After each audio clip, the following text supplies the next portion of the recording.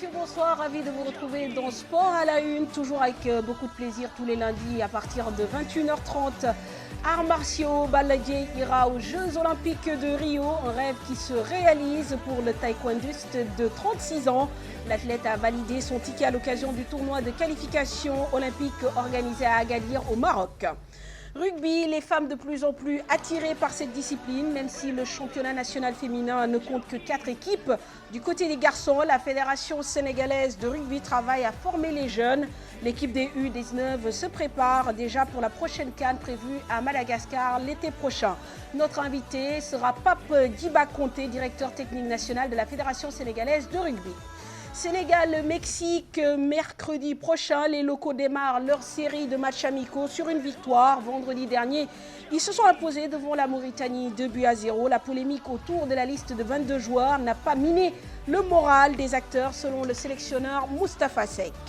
Nous parlerons bien sûr du CHAN. Après 2009-2016, la République démocratique du Congo s'est imposée ce dimanche à Kigali devant le Mali.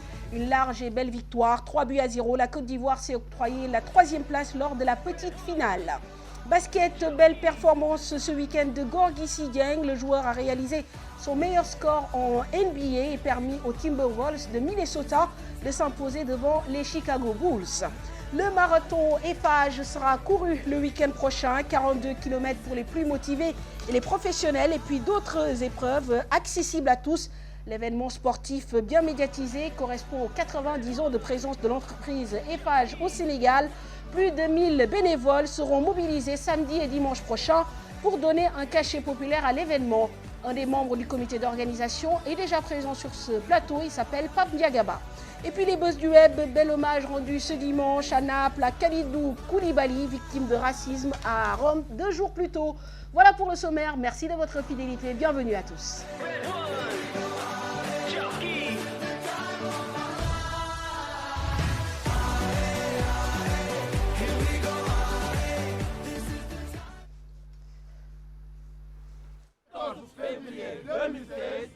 Les 13 et 14 février 2016. Le 13 et le 14 février 2016.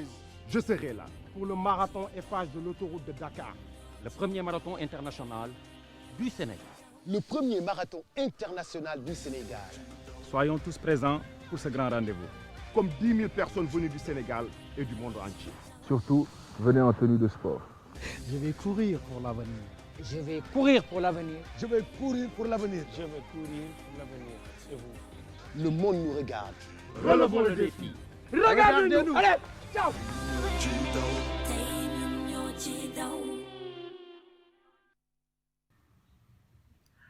Hi, this is athlete Haile Gebrselassie. February the 13th and the 14th, I'll be in Dakar for Ifigen Marathon de Dakar. I'll see you there. We enjoy the race. Bye. Thank you. Voilà, du beau monde en perspective le week-end prochain, donc pour ce marathon Eiffage. Pape Diagaba, bonsoir. Bonsoir. Vous êtes membre du comité d'organisation de ce marathon. Déjà félicitations puisque clairement la campagne de communication a bien réussi. Je pense que chacun d'entre nous a parlé donc de ce marathon qui doit se courir donc les 13 et 14 février prochains. Alors, première question, pourquoi avoir pris l'initiative d'organiser un tel événement? Alors, bonsoir à tous. Je salue tout le monde au passage. Je vous remercie de nous avoir accordé la possibilité de venir nous représenter ici pour nous exprimer au travers de cette émission, pour exprimer pourquoi Eiffage s'est engagé à réaliser cette expérience première pour le Sénégal, un marathon.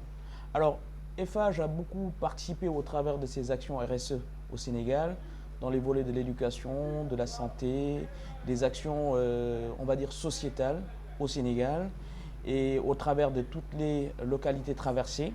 Et donc, l'idée a été émise d'organiser un événement qui se veut national et qui touche un peu l'international. Donc, avoir aujourd'hui une action beaucoup plus ciblée, beaucoup plus marquée, au travers d'un événement mobilisant des masses. Et cet événement pourra permettre d'avoir, si tant est-il qu'on le réussisse tous et qu'aujourd'hui nous comptons sur les Sénégalais en général pour magnifier cet événement et faire en sorte que cet événement il soit inoubliable pour tous, nous pourrons avoir cette page inscrite dans l'agenda des internationaux comme une destination touristique pour le Sénégal en cette date et pour cet événement qui est le marathon Eiffage. Voilà. Alors, justement, apparemment, ça va être une grande organisation. Combien d'athlètes ou bien de coureurs vous attendez pour ce marathon? Bon alors, aujourd'hui, en démarrant cette initiative, on était parti sur un aspect optimiste en disant qu'il fallait qu'on ait pour la totalité des courses ciblées 10 000 participants. Aujourd'hui, il faut dire que ce nombre a été dépassé. Pour les marcheurs de 10 km, on attendait un nombre important, mais là, aujourd'hui, on a dû fermer les inscriptions pour la marche parce qu'on a atteint le quota de 6 000 participants. Donc aujourd'hui, le nombre de participants dépasse les 10 000 inscrits et on va dire qu'on a un peu dépassé l'espoir qu'on avait. Donc bravo aux Sénégalais, bravo au Sénégal. ça veut dire que les Sénégalais aiment le sport. Oui. Est-ce que vous avez également travaillé dans la préparation en collaboration avec la Fédération sénégalaise d'athlétisme? Alors, il y a deux organismes, principalement l'IAF, donc l'IA2F, les parcours professionnels, notamment le semi et le marathon, le 21 km et le 42, c'est des parcours homologués. Donc, on travaille en étroite collaboration avec tout ce qui est association de normalisation sur les parcours sportifs. Donc, d'ailleurs, pour l'histoire, nous attendons aujourd'hui pour cette course au moins une vingtaine de participants athlètes internationaux qui ont des temps quand même appréciables en termes de chrono. Donc, comme on aime à le dire, nous faisons de cet événement un élément de compétition pour développer cet esprit compétitif pour les Sénégalais au Sénégal. Très bien. Bah, justement, on vient de voir l'annonce faite par Gebré Selassie, qui est quand même un coureur de fond, l'un des plus grands coureurs de fond connus sur le continent africain. Alors, on a parlé justement de cette épreuve de 42 km, mais il y a également d'autres épreuves beaucoup plus accessibles aux profanes comme moi, par exemple. Il y a la marche de 10 km et il y a également une course de semi-fond et aussi une course réservée aux enfants. Alors, dans la planification de cet événement, nous avons sur les 2 jours cibles. Le premier jour, on a une journée qui est très féerique parce qu'on a une course kit de kilomètres, on a un relais 5 fois 1 km avec une participation réservée aux ambassades, aux écoles et aux entreprises. On a le 10 km marche. Ça, c'est pour la journée du samedi et qui se couronne par un grand concert qui démarre aux alentours de 18h. Le dimanche, on a les parcours professionnels. En l'occurrence, on a le 10 km course, on a le 21 km qui est le semi-marathon et le marathon de 42 km. Voilà comment les courses sont réparties dans le temps. Et j'en profite au passage pour dire que l'heure du marathon et en tout cas les programmes dédiés pour la journée du dimanche démarrent assez tôt. Donc les courses démarrent aux alentours de 7h30, entre 7h30 et 8h. Pourquoi? Pour des problèmes de température, éviter que les gens aient à se déshydrater. Donc les courses démarrent assez tôt. Donc nous invitons les Sénégalais à être présents aux matines sonnantes, être présents très tôt le matin au trajet des bus qui sont mis partout dans la région de Dakar pour ramener les participants et les spectateurs au marathon. Donc les horaires se situent aux alentours de 5h30, entre 5h30 et 6h du matin. Donc attention. Donc, il faudra être matinal. Il faudra être matinal. Mais je ne m'inquiète pas, hein, tous les Sénégalais sont matinaux. Alors, par rapport au nombre, 10 000 personnes attendues sur 2 jours, oui, ça demande une certaine organisation sur le plan logistique. Comment comptez-vous gérer tout cela? Alors, aujourd'hui, nous ne pouvons pas travailler au Sénégal sans l'appui des autorités administratives sénégalaises. Donc, on a le concours, au-delà de notre propre engagement à nous organiser, l'appui des autorités sénégalaises en ce qui concerne tout ce qui est comité d'ordre, la sécurité, etc. Maintenant, la logistique pour le transport de toutes les personnes qui devraient se rendre au marathon, en dehors des moyens propres de tout un chacun qui peut se véhiculer sur l'endroit tout seul, nous avons mis en place des navettes qui vont concourir à aider au transport des populations sur le site des courses. Voilà. Et comment les participants peuvent connaître justement les sites où ils doivent récupérer ces navettes-là? Alors, une bonne communication sera faite autour de ces navettes. Il vous reste 5 jours. Déjà, c'est en ligne. La cartographie des différents points de rassemblement pour la collecte du personnel est déjà mise en ligne. Et donc, il y a à peu près 35 lignes qui sont mises sur Dakar et organisées avec 3 départs dans la journée en fonction des différentes courses. Parce qu'il y en a qui n'auront pas l'intéressement à une course qui démarre un peu tard. Donc, en fait, il y a une ventilation de cet horaire-là dans la journée. Donc, on aura 3 départs suivant 35 lignes au départ de Dakar. Hormis ça, nous aurons quelques destinations cibles comme l'ISM qui met en place des bénévoles. Ceux-là auront des bus supplémentaires qui seront mis à la disposition. Nous allons même essayer de toucher au-delà de Dakar des zones cibles comme Thiès et Mour. Voilà. Ok. Accueillir plus de 10 000 personnes, forcément, un problème de sécurité va se poser. Est-ce que vous avez des dispositions vont être prises pour cela? Alors, d'ores et déjà, l'État du Sénégal, par la grandeur de l'événement concourant pour ce week-end-là, a déjà commencé à prendre la totalité des dispositions nécessaires pour assurer et garantir la sécurité. Et nous aussi, derrière, on travaille avec les autorités étatiques pour apporter le maximum d'éléments permettant de sécuriser au maximum cet événement. Alors, 2 questions très rapides sur le parrain, donc le sculpteur Ousmane Sow. Également, la manière dont vous comptez pérenniser un peu cet événement. Alors, tout va dépendre de la réussite de l'événement, parce que quand même, ce n'est pas un petit événement. Cet événement-là a dû occasionner beaucoup de dépenses. Quand même, ça nous intéresse. Est-ce qu'on peut avoir une idée du budget? Parce que la com a démarré, ça fait plus de 3 mois. On sait qu'on voit les artistes qui sont là. Un athlète comme Gebré Selassie qui va certainement venir. C'est énormément de dépenses. Est-ce que vous avez une idée du coût, justement? Alors, bon, vous savez, pour ce type d'événement, tu pars toujours en disant que, ouais, je vais avoir des sponsors, ouais, je vais avoir telle personne qui va m'aider, telle personne qui va concourir, etc. Mais le vrai trait ne sera tracé qu'à la fin de l'événement.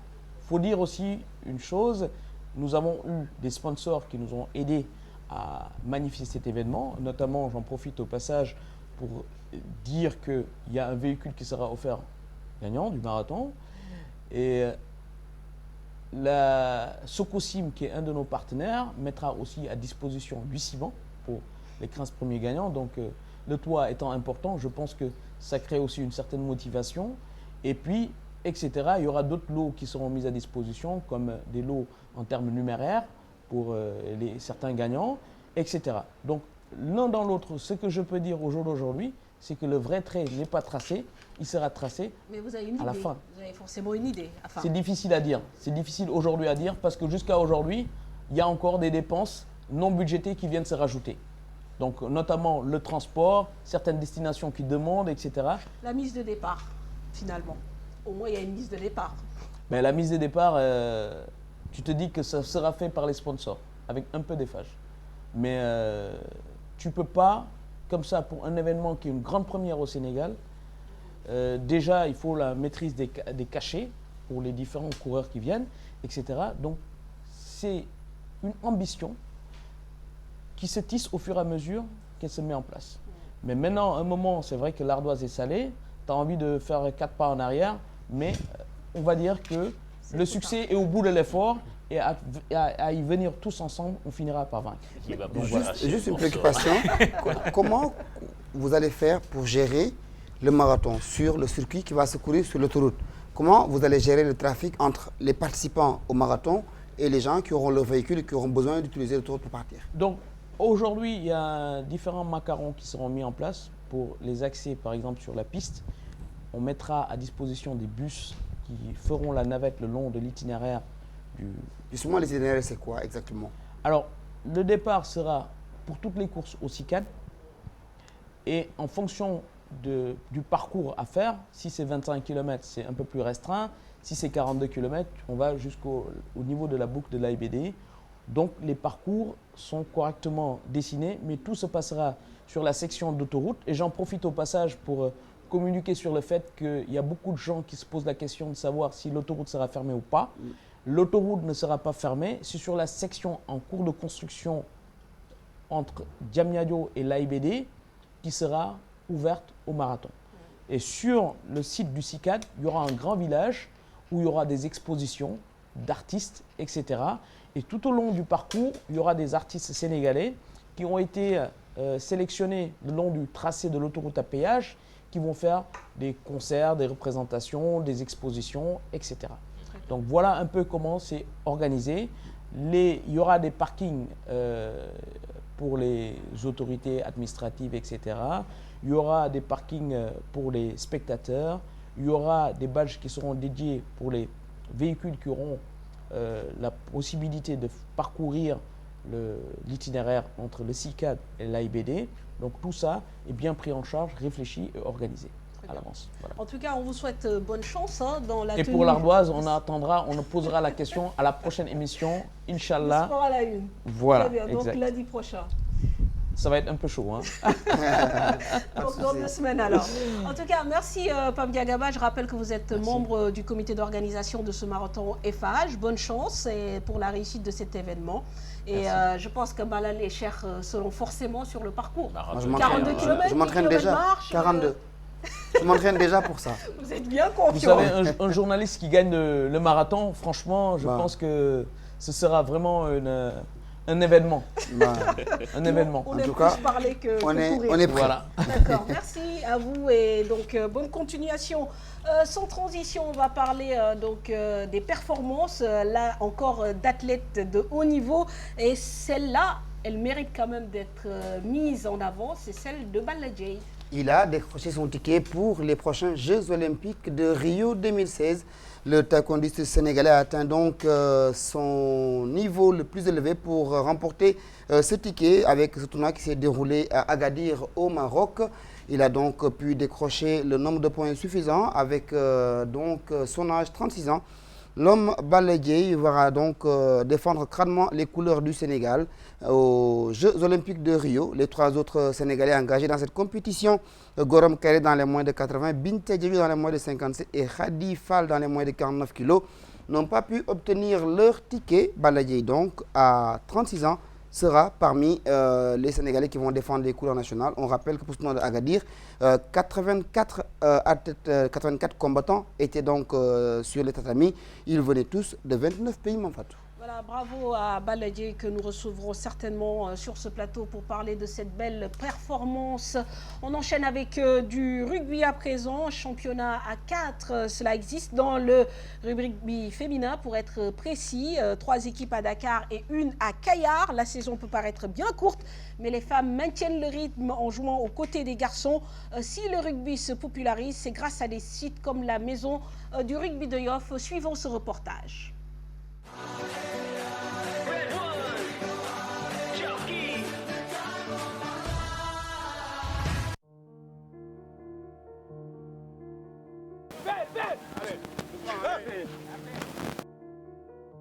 Nous sommes à la plage de Guédiawaye, le lieu d'entraînement de l'équipe du Guédiawaye Rugby Club. Malgré les faibles moyens, l'engouement pour le rugby au Sénégal continue de croître, et particulièrement auprès des jeunes filles. Depuis 2010 laa dugg ci rugby. Guédiawaye Rugby Club laa nekk. Ba ma nekkee booy de maa ngi fi. Depuis 4 ans maa ngi rugby. Mais depuis boobu ba léegi ba ma si duggee ba léegi moom nekk na loo xam ne daal bëgg naa ko moom. Ça se passe bien. Quand on considère de 2012 à 2015, il y a un progrès qui s'est fait au niveau du rugby féminin. Okay, si on voit les chiffres, il y a une augmentation considérable entre 2012 à 2015, entre 2015. Un championnat féminin à 4 équipes est organisé, une belle vitrine pour les acteurs afin de prétendre à une sélection en équipe nationale. Chaque année, ça fait 4 fois présélection. mais su ma demee ba grande sélection dañ may éliminer. Récemment, il y avait la Coupe d'Afrique en Tunisie.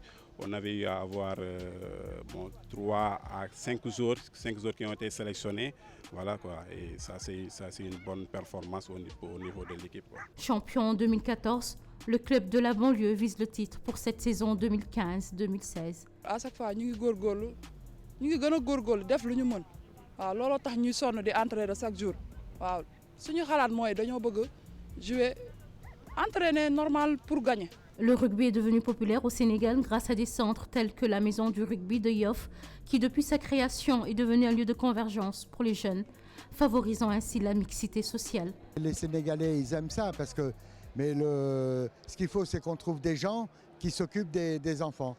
Mais les enfants, ils adorent le rugby parce que c'est un sport de combat, parce que c'est un sport de camaraderie, d'équipe et tout ça. Ils adorent ça. Mais après, il faut trouver les gens qui aiment les enfants et qui s'occupent de ça. Ils adorent ça. Mais après, il faut trouver les gens qui aiment les enfants et qui s'occupent de ça. À la Maison du rugby, les enfants, ils ne font pas que du rugby. Ils ont les cours de soutien scolaire, l'informatique. On donne tout un tas de cours aux enfants parce qu'il faut qu'on ait des joueurs qui soient instruits et intelligents. Le Sénégal a commencé à prendre part aux compétitions internationales de rugby depuis 2005. Et même s'il reste encore quelques paliers à franchir pour rejoindre les meilleures équipes continentales, les Lions sont aujourd'hui la 6e équipe africaine de rugby à 7. Voilà, les femmes qui s'intéressent au rugby. Et pour en parler, nous sommes en compagnie de Papis Diba Konaté, qui est le directeur technique national de la Fédération sénégalaise de rugby. Monsieur Conté, bonsoir. Bonsoir. Alors, les femmes qui s'intéressent au rugby, ça peut paraître étonnant et pourtant, apparemment, ça marche. Parlez-nous-en un peu. Ça marche pour deux raisons. Socialement, les filles et les femmes ont deux activités principales ici au Sénégal. C'est soit elles sont scolarisées ou elles ont un travail. Et la seconde activité, c'est les tâches ménagères. Donc, hormis ces deux activités... Ou alors elles travaillent. Voilà, ou elles travaillent. Donc, hormis ces deux activités, quand on leur propose une autre activité, notamment sportive, elles trouvent un lieu d'épanouissement et d'expression.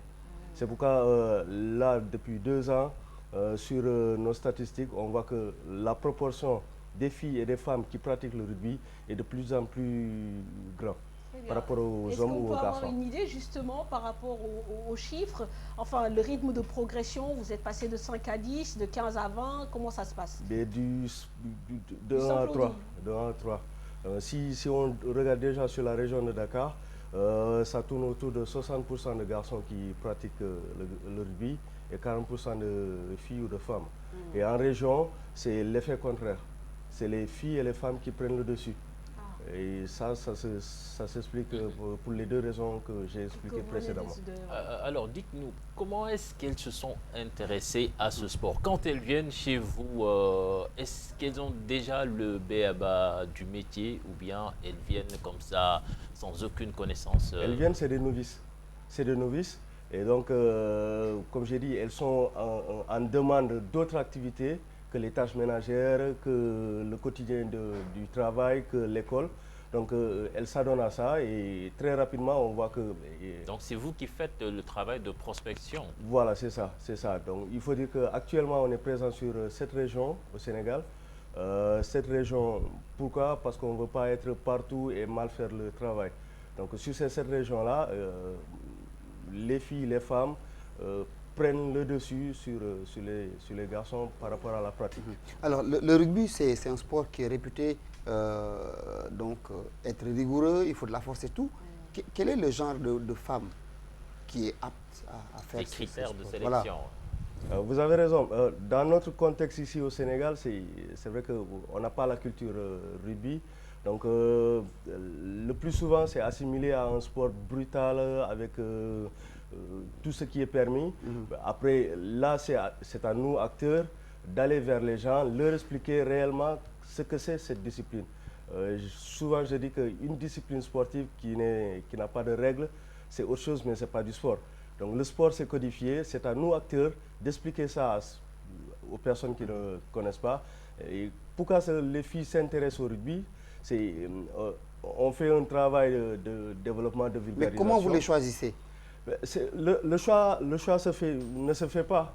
En fait, on propose juste l'activité. Après, selon la volonté et le degré de motivation de la personne, voilà, on peut l'amener vers un profil de joueuse auquel on aspire.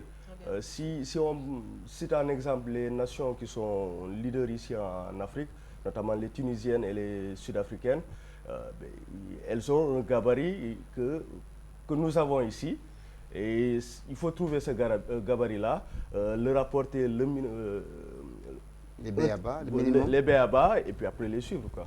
Alors, M. Conté, par rapport au championnat, parce que si j'ai bien compris, c'est un championnat qui se joue qu'avec 4 équipes. Et oui. Comment vous pouvez avoir l'ambition en fait d'atteindre le niveau, par exemple, de vos concurrentes africaines avec 4 équipes qui font un championnat national? Pas toutes, pas toutes. Si on revient encore sur l'exemple de la Tunisie, qui est une référence, et l'Afrique du Sud, par rapport aux filles sénégalaises qui ont très peu quand même de vécu international, il faut dire que c'est une équipe nationale qui n'a que 4-5 ans d'existence devant ses aînés. C'est vrai qu'on a une pyramide où à la base, comme je l'ai dit tout à l'heure, il y a un très gros travail de développement qui est fait. D'accord? Après, depuis une saison et demie, vu que ce travail de développement porte ses fruits, on a été obligé de créer une nouvelle compétition qui s'appelle la compétition moins de 18 ans filles. Parce qu'il y a un travail qui a été fait.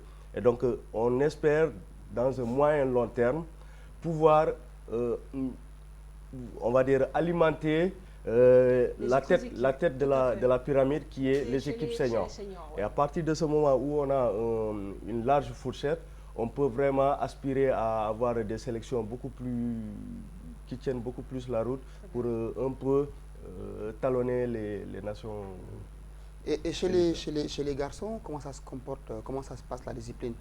Souvent, on entend que les requins, on s'en fout le score. Est-ce que, à part ces équipes qui sont les plus connues, le rugby se développe réellement au niveau national? Oui, je dirais oui. En banlieue, ça se développe. Là, déjà, sur votre reportage, on a vu que c'est le rugby au niveau de Guédiawaye.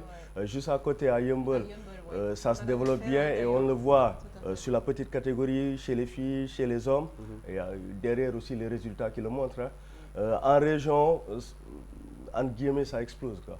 Ça explose. On est passé... Mais comment faire pour gérer ce flux, justement? Est-ce que vous avez des techniciens suffisamment formés pour former ces gens-là, tous ces gens qui aspirent à devenir finalement des rugbymen ou des rugbywomen? On essaie.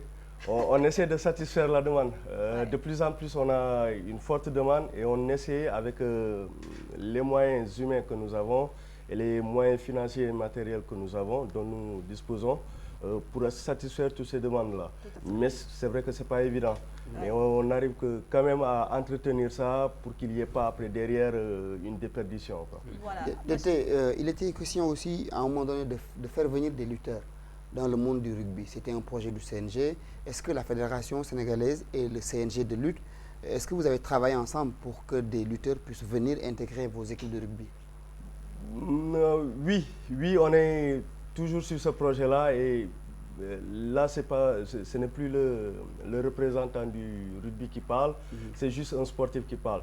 Je pense que si, peut-être que je vais oublier certaines disciplines, la lutte, le rugby, le judo, les athlètes qui font du lancer de poids, lancer de javelot, si on arrivait à s'asseoir autour d'une table et à mettre en place un projet qui part de 2016 à 2024, je dis même pas 2020, 2024, et se fixer comme objectif, pas d'utiliser, c'est pas dans un sens péjoratif, de s'appuyer sur nos lutteurs-là qui sont des champions, des athlètes pur produits, locaux, faire un projet sur 2024 et se dire on veut en 2024 avoir des Olympiens en judo, lancer de poids, et rugby aussi. Javelot, je pense que c'est quelque chose de possible.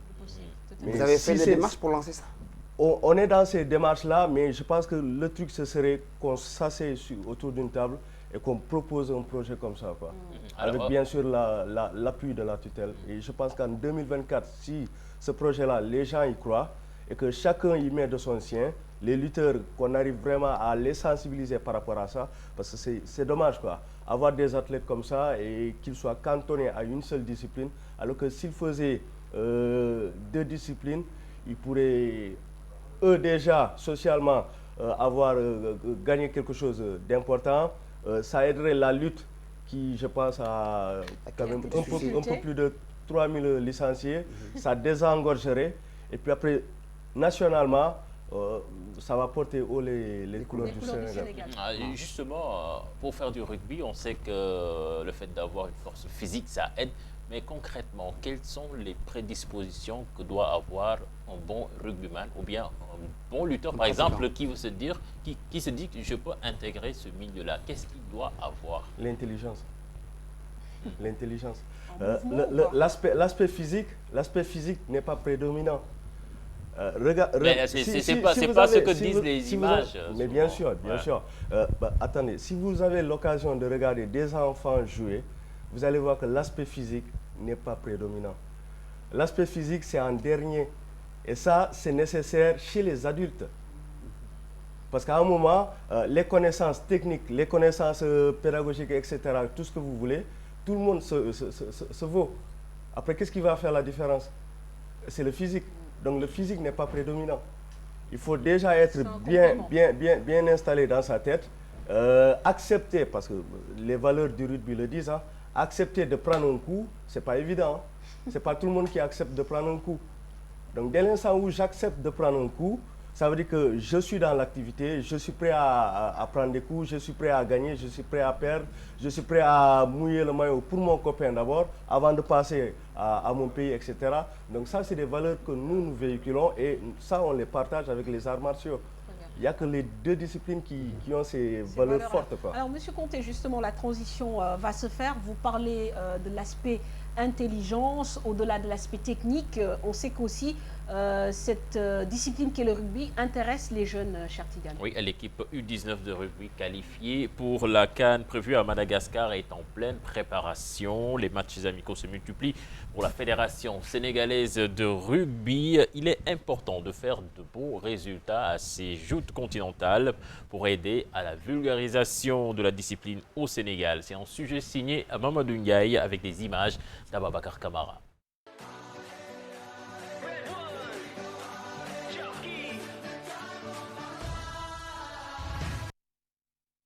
Revue d'effectifs pour l'équipe nationale du Sénégal des U19 de rugby. Dans le cadre de sa préparation des compétitions africaines, elle s'est frottée ce week-end à l'équipe de Yoff. Nous avons lancé notre championnat junior Oryx Energy de rugby moins de 19 ans, donc pour les juniors, et également du rugby à 7 dans les régions. C'est-à-dire qu'il y a des équipes qui ne peuvent pas présenter le nombre de joueurs pour jouer à 15, donc elles commencent à jouer à 7. Le rugby est une discipline encore jeune et ne compte que quelques clubs à Dakar, Saint-Louis et la Petite Côte. Nous avons un championnat de rugby à 15 avec des équipes au niveau de la Petite Côte, voilà, sur Sali, Saumon. Nous avons un championnat junior de U19. Voilà, nous avons également la petite catégorie où nous avons 7500 enfants qui jouent entre 5 et 12 ans. Nous avons donc en même temps 4 championnats. Donc un championnat national à 15, un championnat national moins de 19 ans, un championnat régional, enfin des championnats régionaux à 7 et un championnat féminin à 7. Malgré le manque de moyens, le championnat suit son cours. La Fédération sénégalaise de rugby est active et compte bien faire des émules pour la formation des acteurs.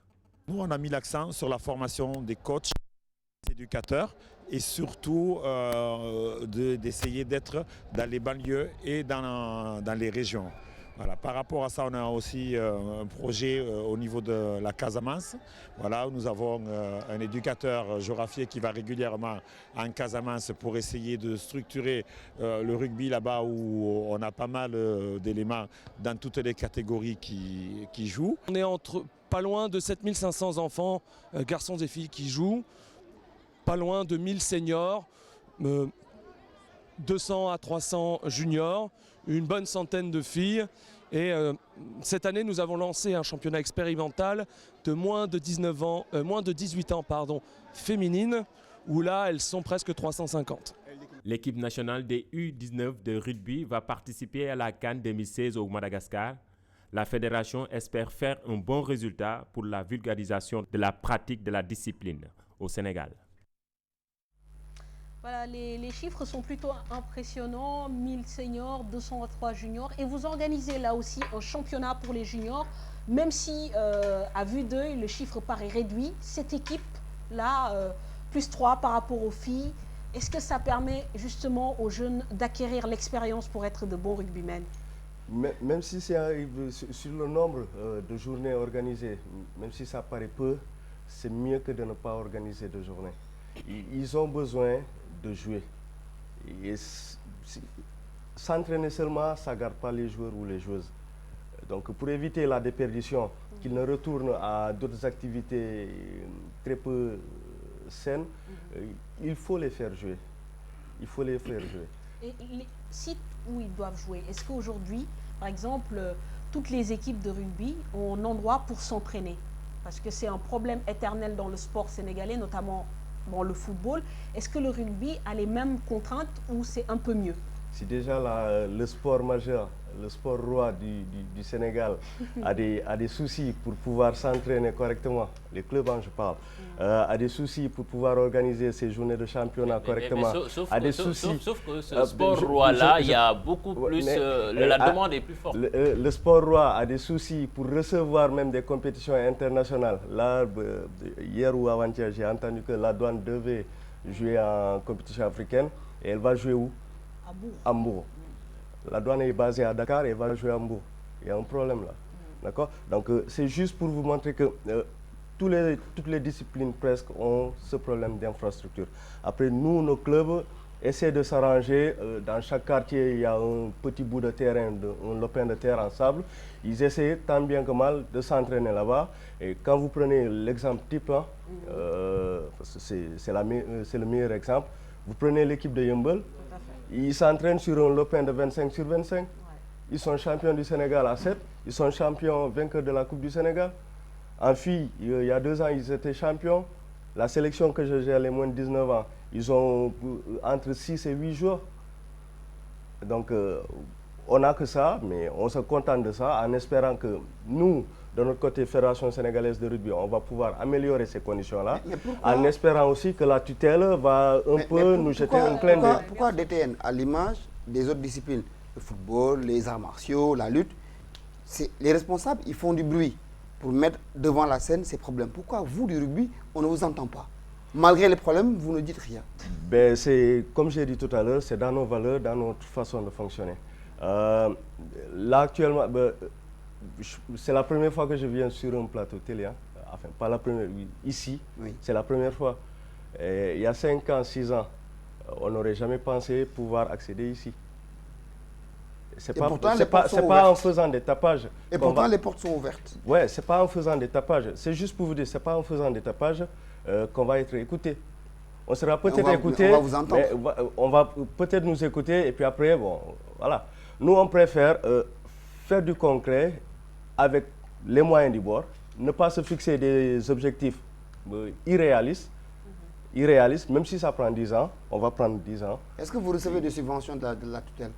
De la tutelle? Oui. Quand vous démarrez vos championnats, par exemple, est-ce que vous recevez une enveloppe du ministère pour vous aider à bien démarrer? On est aidé sur nos équipes nationales. Que sur les équipes nationales? Sur les équipes nationales, on est aidé.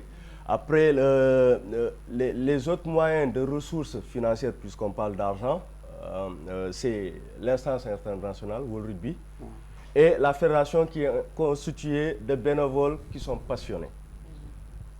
Donc, il n'y a que cette passion-là qui nous permet de maintenir nos activités de façon régulière. On a 5 compétitions quand même nationales et tous les ans, on arrive à les organiser, même si on a un problème d'infrastructure. Voilà, mais Monsieur Conté, est-ce qu'il n'y aurait pas quand même une disparité entre les moyens dont disposent certains clubs? Par exemple, tout à l'heure, Malal parlait notamment de S'en fout le score. Je suis allé sur leur site très rapidement, j'ai vu qu'il y avait une liste de sponsors qui accompagnaient cette équipe. Et à côté, Yeumbeul, vous l'avez dit, qui s'entraîne sur une forme de lopin de terre. Est-ce que vous parliez tout à l'heure de valeurs? Est-ce qu'aujourd'hui, il n'y a pas un manque de solidarité entre les différents clubs de rugby qui composent même le championnat national? Non, mais je ne dirais pas un manque de solidarité. Pour la simple raison que entre clubs, il y a quand même des échanges, il y a quand même des dons. Après, vous parlez des 100 full score, il faut dire que c'est un club quand même assez spécial. C'est un club constitué d'expatriés, même s'il y a quelques Sénégalais là-dedans. Après, ce club-là, c'est des expatriés, c'est des personnes qui sont basées ici au Sénégal pour des raisons professionnelles ou autres, et donc qui sont dans des sociétés un peu structurées ou bien implantées localement. Donc à partir de ces sociétés-là, ils arrivent à capter quelques fonds, quelques matériels.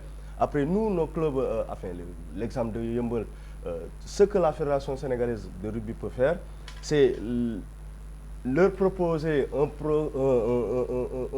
plan pour un peu capter 2-3 sponsors et essayer d'avoir un peu d'argent pour boucler leur saison. Après, derrière, c'est au club aussi, comme la fédération, d'entreprendre des actions. Voilà. Mais ce n'est pas évident pour la simple raison que une discipline qui n'est pas très médiatisée, déjà, ça pose problème pour capter. D'accord. Les sponsors, les partenaires, ils sont intéressés par la visibilité.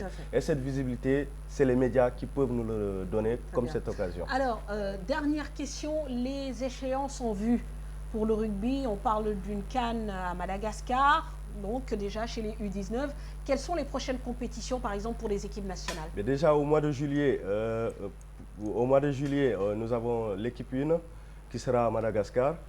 Et là, l'objectif, c'est de sortir de la poule B pour accéder à la poule A. Parce que si on arrive à accéder à la poule A, ça veut dire que pour la Coupe du Monde de rugby 2019, on pourrait être dans les équipes qui vont batailler pour la qualification. Ils seront suivis au mois d'août des moins de 19 ans, qu'on a vu ce week-end. Donc là, la Fédération sénégalaise de rugby a délibérément constitué l'équipe, une présélection, qui va affronter les meilleures équipes du championnat en guise de préparation pour le mois d'août.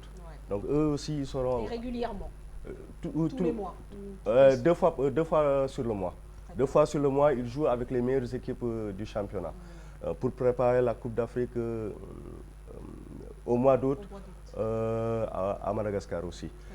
Au mois de septembre, ça sera les filles. Les filles au Zimbabwe. À 7. Voilà. Et au mois de novembre, ça sera les garçons en Afrique du Sud. Très bien. Donc c'est les 4 grosses compétitions qui nous attendent. Qui vous attendent et en attendant, le championnat se déroule. Ça se déroule ce week-end-là, on a terminé la 3e journée. Très bien. Merci beaucoup Pape Diba Conté. Je rappelle que vous êtes le directeur technique national de la Fédération sénégalaise de rugby. Et puis à l'occasion, tenez-nous informés de vos compétitions. Voilà, merci à vous. Encore merci et à bientôt. Merci. Alors, on parle basket, Malal, et ce soir, on s'intéresse au championnat féminin. Premier test, premier faux pas pour l'AS Ville de Dakar. Et pourtant, elle avait bien démarré avec 2 victoires consécutives, mais face à l'équipe du Giraffe, les protégés de Moustapha Gaye, entraîneur de l'équipe nationale du Sénégal, sont tombés sur un score de 56 à 55. L'autre fait marquant, c'est également la forte présence des internationales dans l'équipe du Dakar University Club qui s'est imposée face à l'équipe de Wakam. Score final 76 à 38. Le récit de ce match est pas Faragning.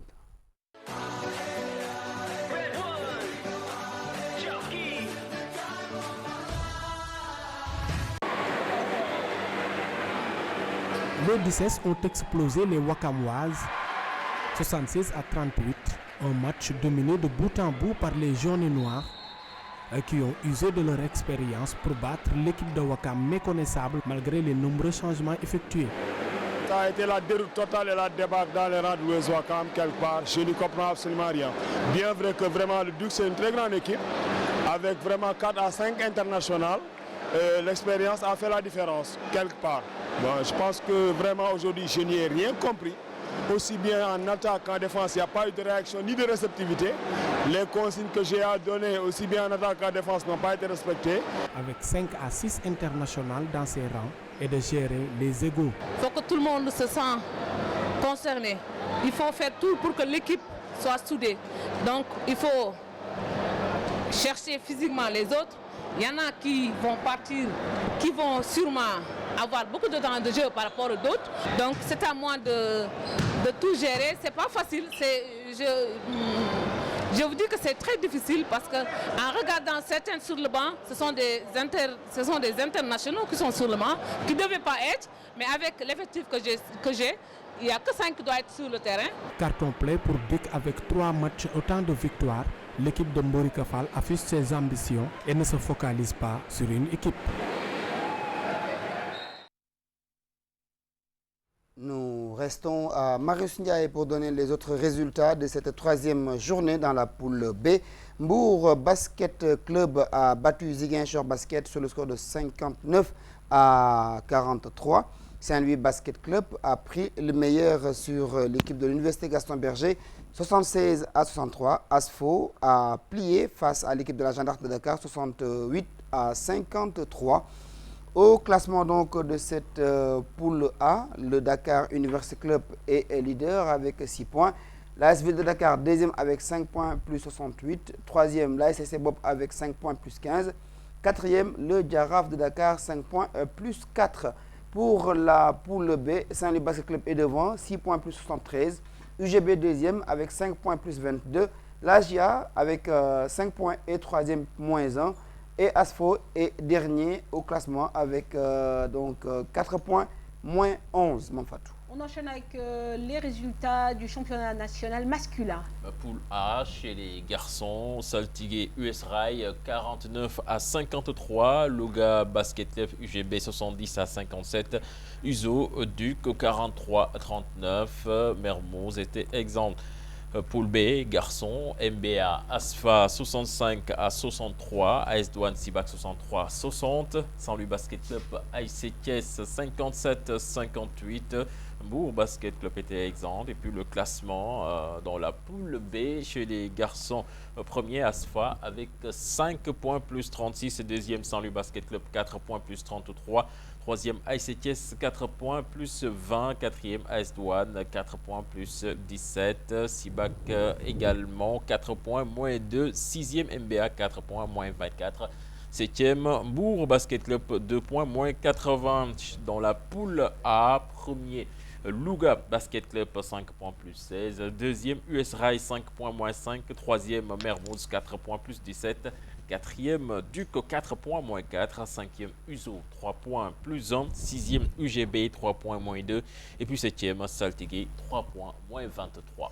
Voilà, merci cher, merci aussi à Poplay de la Fédération sénégalaise de basketball pour l'ensemble de ces résultats donc des championnats nationaux masculins et féminins. On reste dans l'actu du basket avec forcément la performance qui a marqué durant ce week-end Gorgui Sy qui bat son record de points en NBA, 24 marqués face aux Chicago Bulls. Stephen Curry et les siens reçus par le président Barack Obama à la Maison Blanche. Kobe Bryant qui garde de beaux restes et se permet même aux Lakers de s'imposer. Le All-Star Game qui continue de révéler les heureux élus. Tout de suite, c'est le point avec Mambiran Diouf.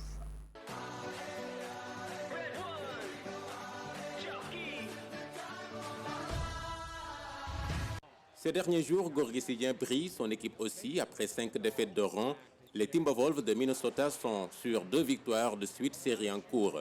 2 succès de prestige devant Los Angeles Clippers et Chicago Bulls. Et le pivot sénégalais y a joué un grand rôle. De nouveau titulaire depuis quelques semaines, Gorgui a sorti son meilleur match de la saison face aux Bulls, frôlant même le triple-double avec 24 points, son record en carrière, 13 rebonds et 7 passes. Il a été élu meilleur joueur de la nuit de samedi à dimanche en NBA. Une performance qui en appelle certainement à d'autres.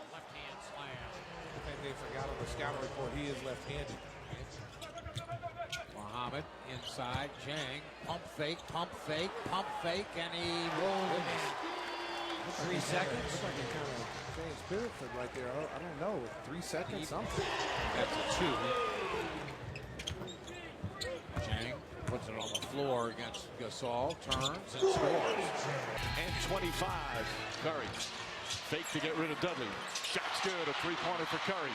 That's a shot fake you talked about, Jay. We've seen it already from Klay Thompson and Steph Curry. Curry, left corner three, so he opens. Les plus performants dans la Ligue nord-américaine, les Warriors de Golden State, étaient de passage à Washington cette semaine. C'était pour y rencontrer les Wizards de l'excellent meneur de jeu John Wall en match remporté 134-121 par Stephen Curry et compagnie après prolongation. Curry en a profité pour étaler encore tout son talent avec 51 points, réussissant à l'occasion 11 tirs à 3 points. Il échoue juste à une longueur du record de tirs primés réussi dans un match détenu par Kobe Bryant. Le lendemain, les champions en titre ont été reçus à la Maison-Blanche par le président Barack Obama. Ce dernier a félicité l'équipe puis déridé l'assistance en évoquant la façon de jubiler de Curry après ses tirs et exploits. Curry from inside the 28-foot line does it again. He's 6 for 7 from downtown here in the first. Yeah, I mean, there's not much you can say about the performance of Mr. Bryant tonight. L'exploit individuel est pourtant à mettre au crédit du vétéran Kobe Bryant des Lakers de Los Angeles. L'arrière de 37 ans a montré qu'il a de beaux restes pour sa dernière saison. Il a planté 38 points et guidé son équipe vers la victoire face à Minnesota. Une performance pour un joueur de son âge qui n'a plus été réalisée depuis 2003. Great defense. Denied a 3-on-1. Nice play by Tari. And will it be a payoff at the other end? Yes, it is. Très attendu lors de All-Star Weekend, les participants au concours de dunk de l'édition de 2016 sont connus. À côté du tenant du titre et favori cette année également, Jacques Lavine de Minnesota. On suivra le pivot de Détroit, André Drummond, l'arrière de Denver, Will Barton et l'ailier d'Orlando, Aaron Gordon. Le concours se tiendra dans la nuit du 13 au 14 février prochain à Toronto.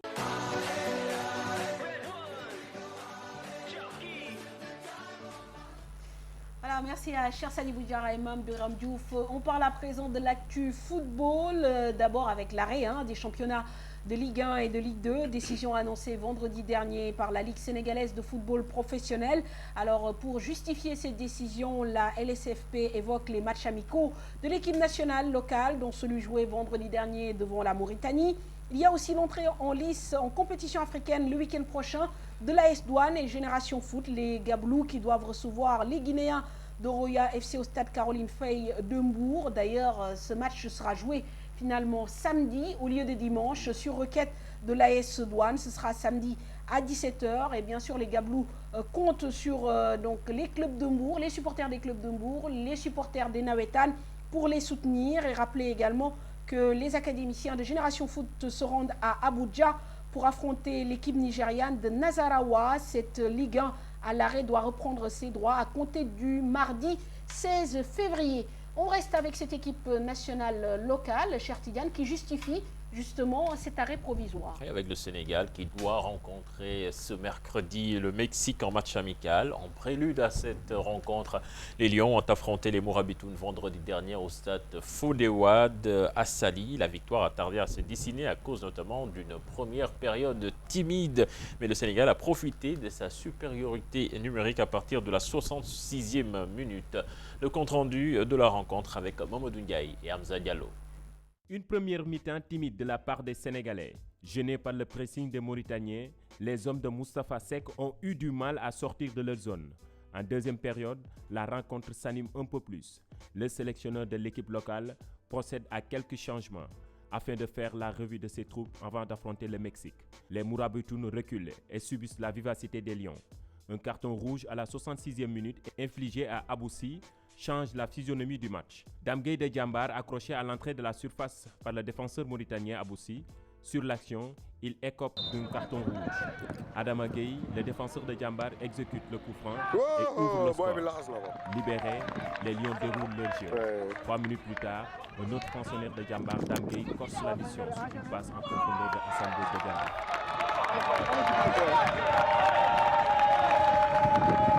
2-0, le score final satisfait forcément le coach sénégalais. Satisfaisant dans certains secteurs, quelque part, mais il y a encore des choses à améliorer. l'œuvre humaine ne peut jamais être parfaite à 100%. Nous ont battus en Mauritanie 1-0. Après, on a fait match nul à Dakar. Si aujourd'hui on les gagne par 2-0, ça veut dire qu'il y a quelques progrès qui sont encore en train d'être opérés. La configuration du match a fait que on nous a autorisé de faire jouer tout le monde. Donc on a essayé de mettre le maximum possible de joueurs quand même pour les voir comment réagir dans un match international, parce qu'il y a deux réalités entre un match de championnat et un match international. Pour les hommes de Corentin Martins, le carton rouge a déstabilisé le groupe. Bon, l'arbitre m'a donné rouge, mais franchement parler, c'est pas un rouge mérité. On a joué à 10, on a eu des difficultés parce qu'on joue à 10. Ils ont marqué un but et puis on voulait revenir au score. Ils ont marqué le deuxième et là, nous sommes fait ce qu'on peut faire pour qu'on égalise, mais on n'a pas arrivé. Maintenant, on va essayer de rectifier les erreurs qu'on a fait et on se prépare pour, Inch'Allah, l'avenir, Inch'Allah Rabbi. Un premier succès pour les Lions locaux avant d'affronter le Mexique en amical ce mercredi à Miami, aux États-Unis. On reste Malal Junior avec Moustapha Seck. Et c'est pour parler de cette fameuse liste qui continue de faire jaser certains responsables du football. Pour le sélectionneur, donc les différents responsables du football sont bien informés et les joueurs ont fait donc preuve de maturité et de concentration suite à cette polémique. Il s'explique au micro de Mamoudou Ndiaye et de Hamza Diallo. C'est dommage. Regardez dans ce groupe, quel est le joueur qui n'a pas été international? Il y a un travail de continuité qui est en train de se faire. Continuons à travailler dans ce sens. Bientôt, le classement va changer. Peut-être que les joueurs qui sont en bas, les clubs qui sont en bas peuvent se retrouver en haut. C'est une éventualité. Et dans ce cas de figure, pensez-vous qu'il faut encore convoquer d'autres joueurs? À partir de ce moment, ce sera un éternel recommencement. Rendez-vous est pris mercredi à 1h du matin pour le match Sénégal-Mexique, un match qui sera retransmis en direct sur les antennes de la TFM. Alors, on parle de l'Afrique et du CHAN, le championnat d'Afrique des Nations, la compétition favorite clairement du football congolais. Les Léopards l'ont remporté pour la deuxième fois en 4 éditions après celle de 2009. Ceux qui étaient les favoris de ce CHAN 2016 ont écarté progressivement les doutes jusqu'à atteindre la finale ce 7 février à Kigali. Dans la petite finale, c'est la Côte d'Ivoire qui s'est imposée aux dépens de la Guinée. Diaïna Basseidouba.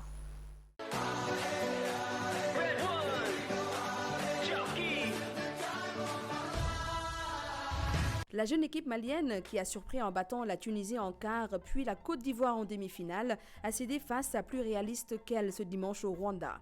Le héros congolais s'appelle Méjak Ilia et par 2 fois, l'ailier s'est joué de l'arrière-garde du Mali, d'abord sur une frappe croisée sublime à la 29e minute, puis sur un débordement suivi d'un crochet sur le gardien adverse Djigui Diarra à la 62e minute. L'attaquant Jonathan Bolengui a ensuite creusé l'écart avec une frappe tendue à la 73e minute. Il a au passage conforté le statut de meilleure attaque du tournoi de la RDC avec 12 réalisations en 6 matchs. L'équipe de RDC dirigée par Florent Ibenge, en revanche, ajoute l'or du CHAN 2016 au bronze décroché lors de la Coupe d'Afrique des Nations 2015 en Guinée équatoriale. Pour la petite finale, la bataille fut souvent captivante entre les deux éléphants, l'ivoirien et le guinéen, puisque Sili veut dire éléphant en langue soussou, et fut finalement remportée par les Ivoiriens. La Guinée peut se mordre les doigts d'avoir raté 2 pénaltys dans cette rencontre, stoppés par le gardien ivoirien Abdul Karim Cissé, qui jouait son premier match de la compétition. Les Ivoiriens ont assuré l'essentiel dès la première mi-temps avec une avance de 2-0, dont un but gag encaissé par les Guinéens à la 32e minute. Le Sili national sauvera l'honneur sur un coup franc d'Al-Seini Camara, parfaitement repris par Aboubakar Léo Camara. Les Ivoiriens ont battu les Guinéens 2-1 lors du match de classement ce dimanche au Rwanda. C'est leur meilleure performance dans cette compétition. Belle victoire des Ivoiriens et des Congolais accueillis aujourd'hui de manière très populaire à Kinshasa. Restons à Kigali où vendredi dernier, cher Tigane, le comité exécutif de la CAF s'est réuni et a tranché. Oui, les 54 pays membres de la Confédération africaine de football vont soutenir la candidature du Bahreïni Sheikh Salman. C'est pour succéder à Joseph Blatter à la présidence de la FIFA. Ce sera le 26 février prochain à Zurich. Avant même cette annonce, la balance penchait nettement en faveur du Sheikh Salman suite à la signature d'un accord de partenariat entre la CAF et l'AFC, la Confédération asiatique. Avec 54 pays affiliés, la CAF dispose en effet du plus gros réservoir de voix au congrès de la Fédération internationale devant l'UEFA. L'Europe, 53 voix en soutien de taille donc pour le Cheikh Salman. Mais qui est cet homme devenu à coup sûr le candidat favori à la succession de Sepp Blatter à la tête de la FIFA? C'est ce que nous allons essayer de découvrir dans ce récit avec Khalifa Diakhaté. Ce n'est pas le visage le plus familier dans l'échiquier du football international, mais le Cheikh Salman peut se targuer d'une longue expérience de dirigeant en Asie. Il accède à la présidence de la Fédération bahreïnienne de football en 2002, mais ce n'est qu'en 2013 qu'il quitte sa fédération locale pour se présenter avec succès à la présidence de la Fédération asiatique et disposer ensuite d'un siège de vice-président à la FIFA. À la tête de l'AFC, le Cheikh Salman a succédé au Qatarien Mohamed bin Haman, radié à vie pour corruption. Les 46 voix venues d'Asie lui semblent promises. Désormais, l'Afrique lui exprime aussi son soutien avec ses 54 voix. En janvier, le Cheikh Salman a signé un protocole d'accord avec la Confédération africaine de football qui porte sur l'organisation de compétitions et de programmes de développement. Le Cheikh Salman n'en oublie pas l'Europe qui compte 53 fédérations. Récemment, sur la chaîne Sky Sport, le patron de l'AFC a frappé un grand coup tactique en annonçant notamment qu'il aimerait proposer le poste ô combien stratégique de secrétaire général de la FIFA au Britannique Richard Scudamore, patron de la Premier League, organisatrice du championnat d'Angleterre. Son programme ne diffère pas trop de celui de son principal concurrent, Gianni Infantino. Ainsi, il propose une augmentation du nombre de participants à la Coupe du Monde. Il entend renforcer la lutte antidopage et peut-être le plus original. Il défend l'idée du temps de jeu effectif pour un match de football, comme c'est le cas au rugby, où une rencontre dure 80 minutes sans les arrêts de jeu. À quelques jours de l'élection, le 26 février prochain, le Cheikh Salman se positionne comme le futur vainqueur. Son principal challenger est Gianni Infantino, le candidat de l'UEFA. Khalifa Diakhaté, merci. À présent, l'essentiel du football européen. En France, le Classico a cristallisé toutes les attentions ce week-end. En Angleterre, la surprise, Leicester montre clairement ses ambitions. En Espagne, c'est le statu quo après un week-end difficile pour les ténors de la Liga qui ont beaucoup souffert. En Italie, le mano mano entre la Juve et le Napoli passionne. Et puis, en Allemagne, les attaquants du top 3 étaient en mode veilleuse ce week-end. Le tout, c'est avec Aïssatou Baïfal.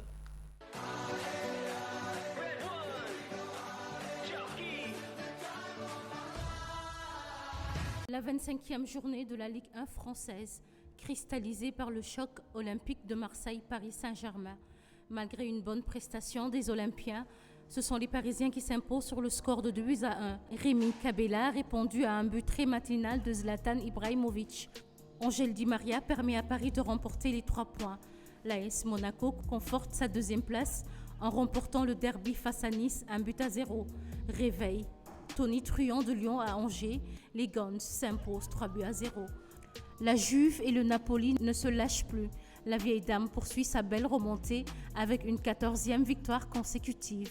Les hommes de Massimo Allegri s'imposent 2-0 à Frosinone. Cuadrado et Dybala sont les buteurs. Gonzalo Higuaín permet au Napoli de conserver sa place de leader grâce à son pénalty victorieux. Un pénalty obtenu par l'international sénégalais Kalidou Koulibaly. La Fiorentina n'a pu faire mieux qu'un match nul 1-1 à Bologne. En Espagne, c'est le statu quo en tête du classement. Mais rien n'a été simple pour les gros bras du championnat. L'Atlético, qui a concédé l'ouverture du score face à Eibar, s'impose finalement 3-1. Le Barça s'est difficilement défait d'une accrocheuse équipe de Levante 2-0. Le Real, sauvé par Modric, l'international croate, permet aux merengues de s'imposer 2-1 à Grenade. En Angleterre, la surprise Leicester n'en finit plus d'étonner. au soir de la 25e journée.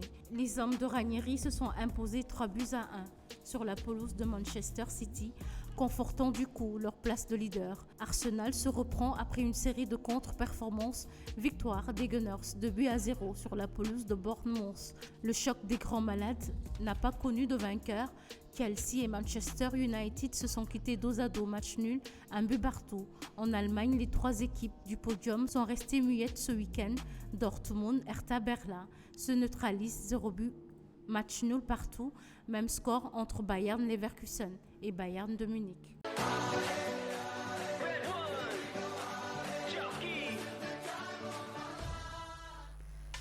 L'heure est au buzz du web. Bonsoir Mamoudou Ndiaye. Bonsoir Mafatou, bonsoir Chef, bonsoir Malal. Bonsoir Ndiaye. Alors on démarre avec la fuite du siècle, le Barcelonais Neymar qui aurait écrit à une certaine époque Hala Madrid. Ah oui, l'information à faire le tour du web Mafatou toute la journée. Le Brésilien aurait en effet envoyé ce message sur WhatsApp en 2014 à Juni Calafat, désormais dans l'organigramme du Real de Madrid, qui a été très ami avec beaucoup de footballeurs brésiliens. Voici le message. Es-tu bien arrivé à Madrid? Tu sais que je suis un Madrilène. À la Madrid, une information qui ne va pas plaire Cheikh Tidiane Diao.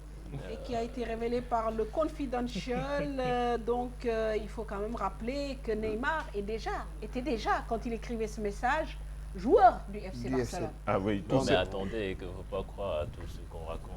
Ces temps-ci, l'entreprise destruction. Il y a un joueur barcelonais qui a été viré pour avoir tweeté sur Messi. L'entreprise de destruction contre Neymar, la machine tourne en plein régime ces temps-ci.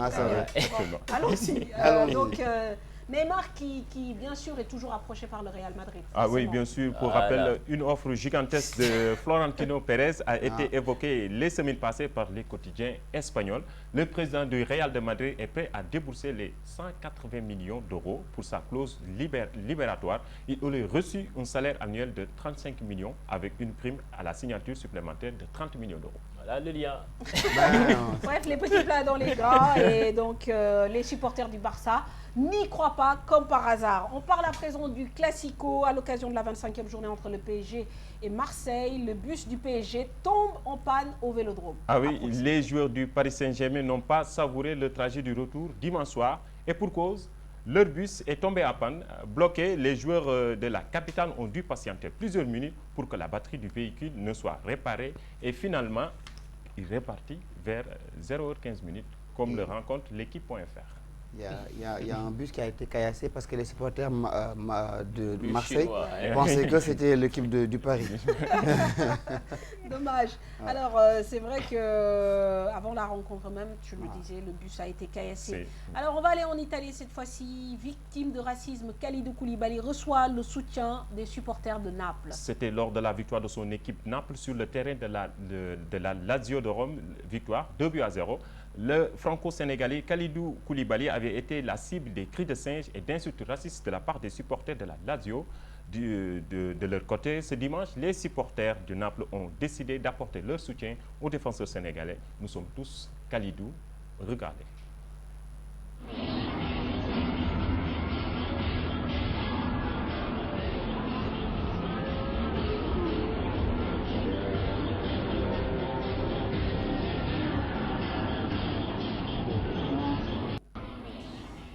C'est magnifique pour moi, c'est la meilleure des réponses à certaines bêtises, entre guillemets. Et Kalidou, de toute façon, je pense que c'est un monsieur assez sage qui a réagi de manière très sobre, même après les cris racistes contre lui à la Lazio. Voilà, moi, la photo qui m'a le plus plu ici, c'est Kalidou avec Diao Baldé Keita côte à côte. Et j'espère que ils se reverront en sélection.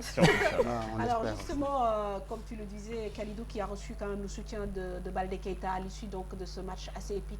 Oui, Baldé Keita a posté le message sur sa page Facebook. Ce jeu est beaucoup plus que noir, blanc et vert. De tant d'admiration, mon frère. Je te soutiens. Je suis de tout cœur avec toi. Signé Diao Baldé. De la Lazio, oui. De la Lazio. On termine avec les vidéos. Bonus. Oui, est-ce que c'est la question peut-être. Est-ce que vous connaissez la stade du futsal, la stade portugaise? Oh. Ricardinho. C'est Ricardinho. Il a encore fait des... là, la réponse. Oui, Ricardinho a encore fait des merveilles. C'est lors de l'Euro 2016, disputé en Serbie avec un but de folie face au pays hôte. Regardez.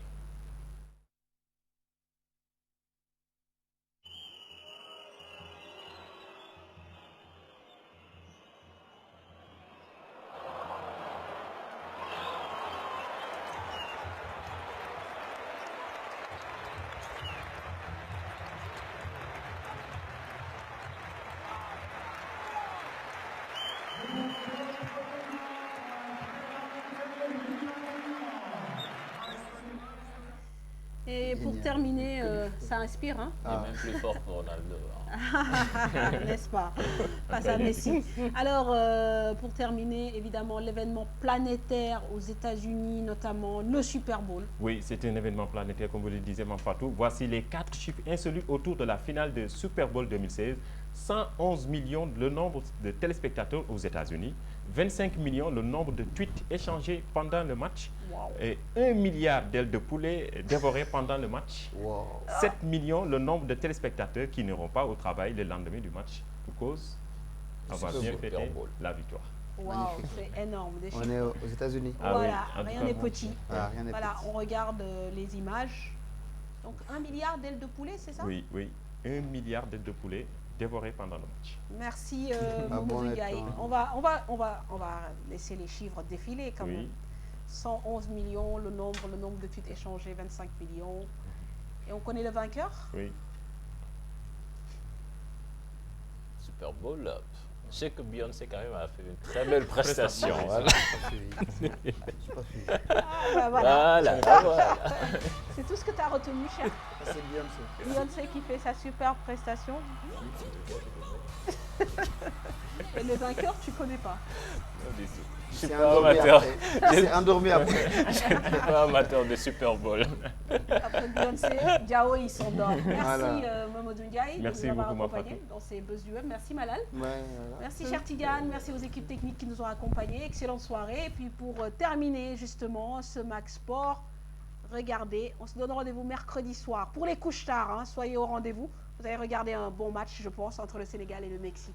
Au revoir, Doudou Sow. Merci le régisseur.